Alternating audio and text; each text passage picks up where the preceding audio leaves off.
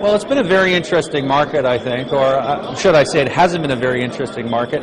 Transactions really have not been that plentiful on the marketplace. I think all lenders are struggling to find enough loans to fill their book. And talking to developers, borrowers, we really don't see that the market is going to improve that much this year. So I think it's going to be a slow year for lending pretty much right across the country. Our plans for the upcoming year are to do approximately $1.1 billion in new business across Canada. We've currently got a portfolio of roughly $10 billion, $6.5 billion in Canada, all commercial real estate. We cover all aspects of real estate financing, construction and term loans.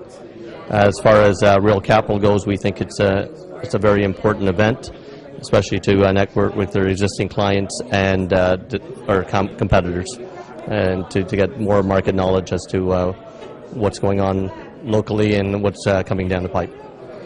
As far as spreads go, I think this year is going to be a very tight year for spreads.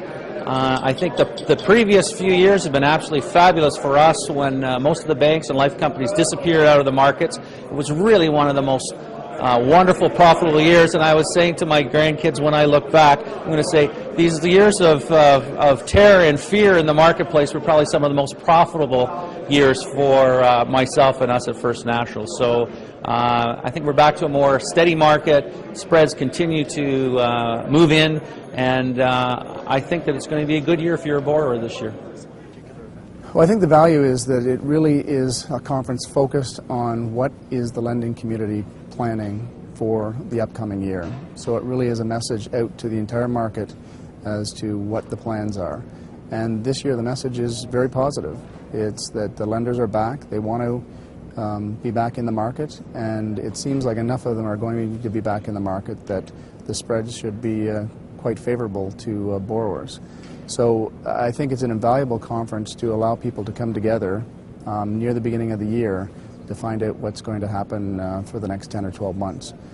It also, the real estate forum at the end of the year is great as a recap, and it's a much larger forum dealing with many different issues. It's great to focus just on the financing aspects because they're so important to the transaction. They're really the crux of the transaction. Most deals are not going to go forward in this country without the financing, so it's a great way to find out what the future holds for people doing these acquisitions. Real Capital is an event that I look forward to every year. I've never missed it. I think we've been a sponsor and I've been a participant since it's been started.